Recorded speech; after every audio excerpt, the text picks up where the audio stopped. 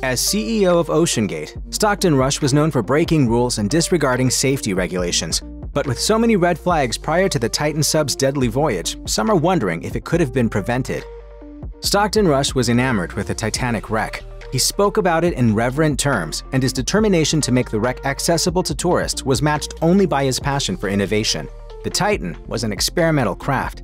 It had not been evaluated or classed by any regulatory body, and some of the materials used in its construction were unconventional. In particular, the craft had a hull constructed from carbon fiber, a material which has not been extensively tested or graded for use in submersibles. In 2015, while Rush was designing the Titan, he consulted with submersible company DOER Marine Operations.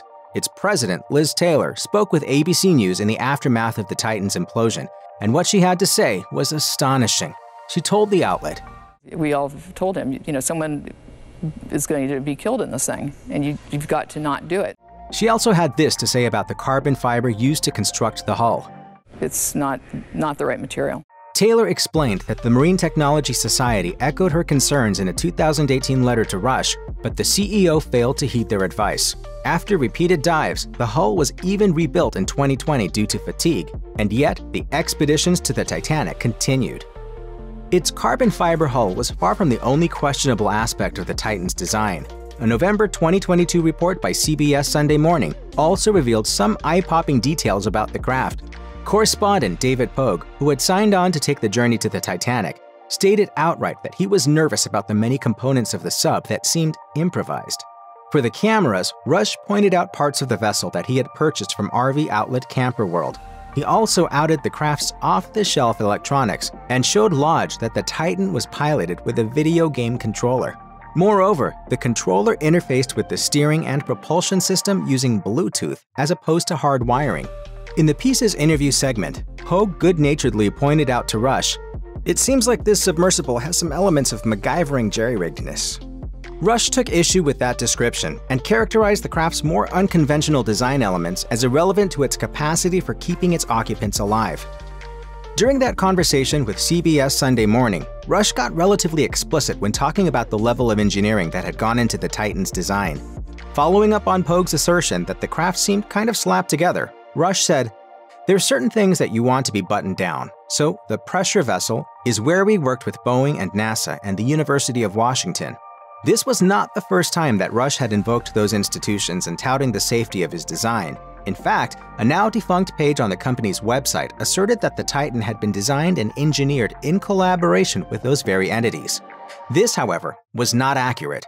As the search for the Titan was ongoing, all three of those institutions issued public statements distancing themselves from the design and engineering aspects of OceanGate's endeavors.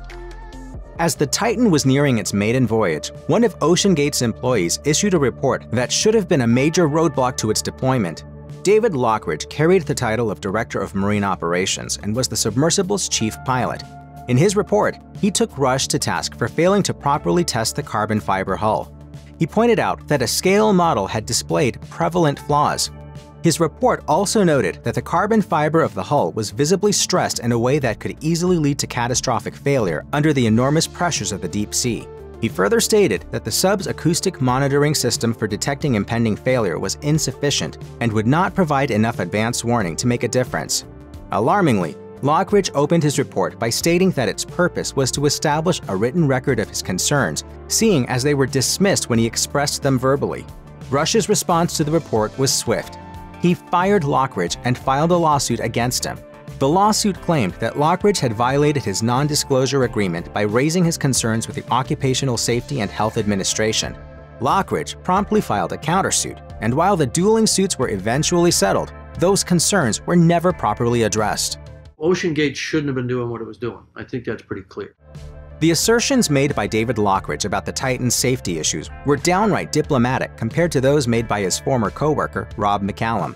McCallum had previously owned a company that conducted Titanic expeditions and helped plan the Titan's expeditions. However, he departed the company after Rush decided not to have the craft evaluated by classing agencies. In 2018, after hearing of Lockridge's departure, McCallum shot him an email, and what Lockridge had to say floored him. Lockridge wrote, "That sub is not safe to dive. It's a lemon." An alarmed McCallum then emailed Rush to state his concerns. He wrote, "You are wanting to use a prototype unclassed technology in a very hostile place. You are potentially putting an entire industry at risk." Rush's response was both shocking and, in light of the Titan's eventual fate, tragic. He wrote back, "We have heard the baseless cries of 'you are going to kill someone' way too often.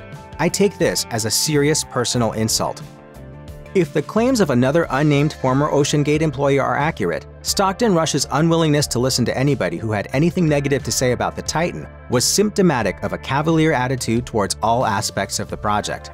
In a piece by The New Yorker, the former employee, who was OceanGate's Director of Finance and Administration, revealed that after Lockridge was terminated, she was approached by Rush to take over as the vessel's lead pilot. She told The New Yorker, "It freaked me out that he would want me to be head pilot, since my background is in accounting." She added that at this point, OceanGate was also largely staffed with engineers who were also unqualified. As she noted, some staffers were just teenagers making $15 per hour. Alarmed by the absence of anyone willing to challenge Rush, she began searching for another job. As soon as she got an offer, she quit OceanGate. There are a few more hostile environments than the depths of the ocean, so in building vessels capable of exploring those depths, there are no corners to be cut. That, however, didn't seem to stop Stockton Rush from cutting a few anyway, notably in the design of the Titan's electronics.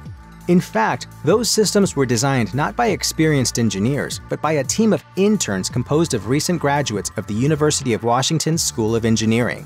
Unbelievably, though, this was far from the most significant corner to be cut. In a Travel Weekly blog post, editor-in-chief Arnie Weissman revealed that Rush admitted to him that the carbon fiber used in the Titan's hull was acquired from Boeing at a steep discount. Rush then told him he was able to get the carbon fiber for a cheaper price because it was past its shelf life for use in aircraft.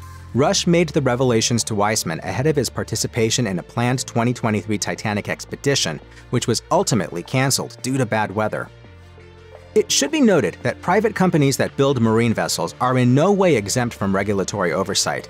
In order to avoid such oversight, Stockton Rush had to go to some pretty extreme lengths. He did this by taking precautionary measures to ensure that OceanGate would not face serious repercussions even if its clients were to face injury or death. Those measures, as described in the New Yorker piece, were wide-ranging and numerous. Although the Titan was constructed in the United States, it was registered in the Bahamas and operated only in international waters. So, it was outside the jurisdiction of US law. Furthermore, OceanGate's clients did not purchase its services. They made contributions, so they were not classified as passengers.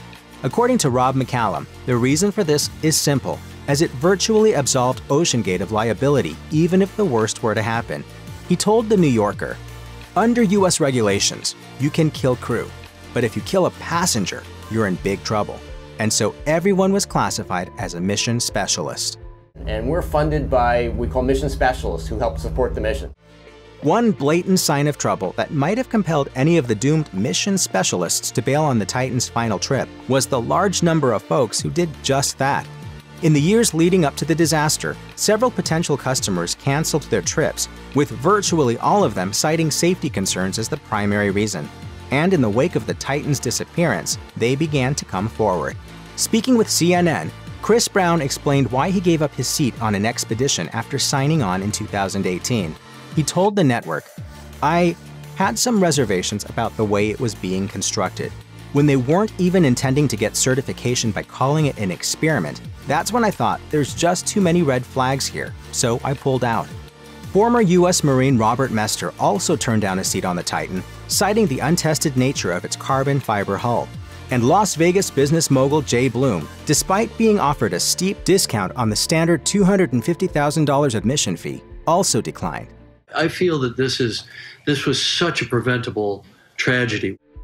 The Titan's fateful final mission was not the first time that something had nearly gone terribly wrong.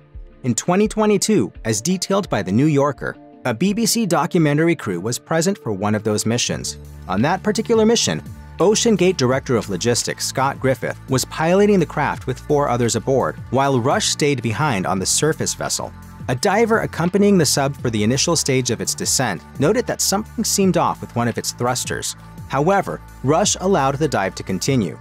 Once it touched down on the ocean floor, it became quickly apparent that the diver had been correct. The thruster had been installed improperly.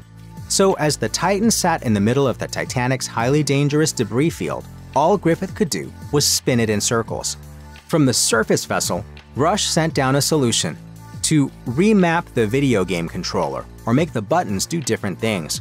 Rush worked out a new configuration for the controller to make the Titan finally move forward and backward again.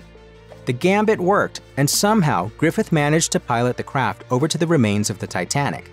Amazingly, the mission was completed without any more serious difficulty. Of all the glaring red flags presented by Stockton Rush and his company in advance of the Titan tragedy, perhaps the most obvious was Rush's repeated insistence that breaking the rules is a good thing. At a GeekWire summit in 2022, he summed up that philosophy succinctly, saying, If you're not breaking things, you're not innovating. To me, the more stuff you've broken, the more innovative you've been. However, Rush's most egregious comments came during a November 2022 interview with David Pogue on the Unsung Science podcast. He said, "You know, at some point, safety is just pure waste. I mean, if you just want to be safe, don't get out of bed, don't get in your car, don't do anything. I think I can do this just as safely while breaking the rules." Rush was obviously proven quite wrong.